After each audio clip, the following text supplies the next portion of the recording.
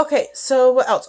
I've not been wearing the brace on either of my hands for probably 2 weeks. So that's a huge improvement because when I would try to, I mean, I can still feel some of the tightness in my wrist, but when I would try to bend it at all before, it would just be excruciating. And so trying to keep it stabilized in the brace was necessary in order to keep my hands from feeling like they were going to break. And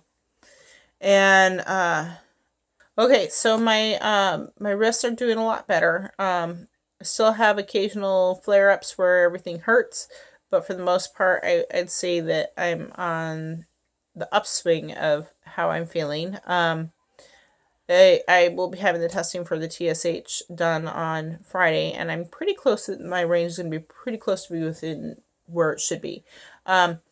I have been feeling good enough to try to at least work with my kids on homeschool. It's been several weeks since they've been able to have anything done with them because I've been feeling so bad. So now I think I've kind of gotten to a point where I can start working with them. It's still really difficult to try to hold stuff with my hands. Like I can't grip very well still, and it hurts. But it's different. It feels like it's trying to get better.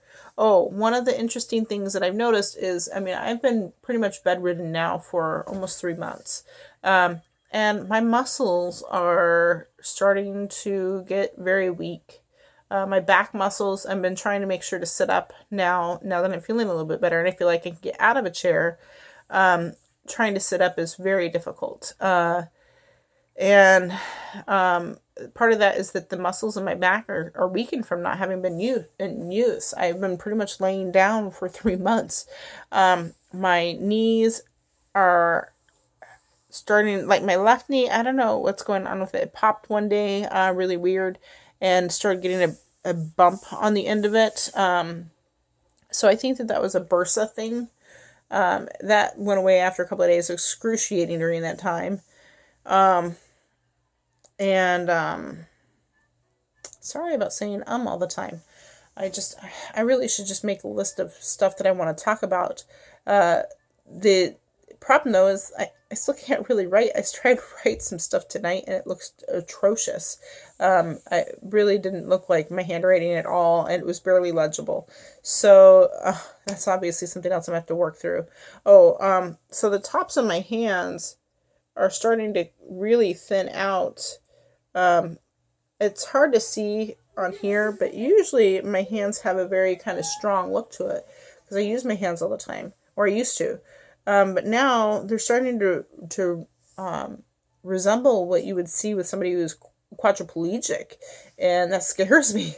I don't want to not have use of my hands. So even though I'm using them, it's not as much, and the tops are just, you can see the muscles and tendons like you could in somebody who's quadriplegic. So this whole thing has been an interesting road, and I am really looking forward to getting some answers. So there's the update, as long as it is. One of the other things is in the near future, I hope to order a 23andMe test. I am looking specifically for the MTHFR gene mutation. I suspect that our family has that. My youngest has a strawberry birthmark on the back of her head and the sugar bug vein across the bridge of her nose. And my other two also had the sugar bug vein. The other two younger ones. My older one has a different father, so I don't remember if she had the sugar bug vein or not. But she's partially vaccinated. However, people with the MTHFR MTHFR gene mutation should not be vaccinated because it's notorious for killing children that have that gene mutation, as well as causing a host of other issues, including potentially autism.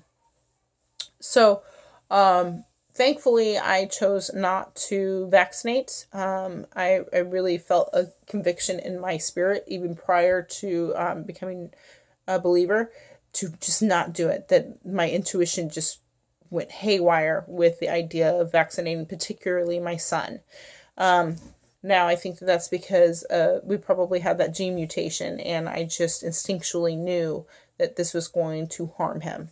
So, looking forward to getting the results back on that at some point once I turn it in. So I'm probably looking at like a month and a half or so from now before I actually try to submit the test. But it's one of the things I'm really looking forward to in the near future. So I hope you all have a wonderful weekend, whenever you're reading this, and shalom.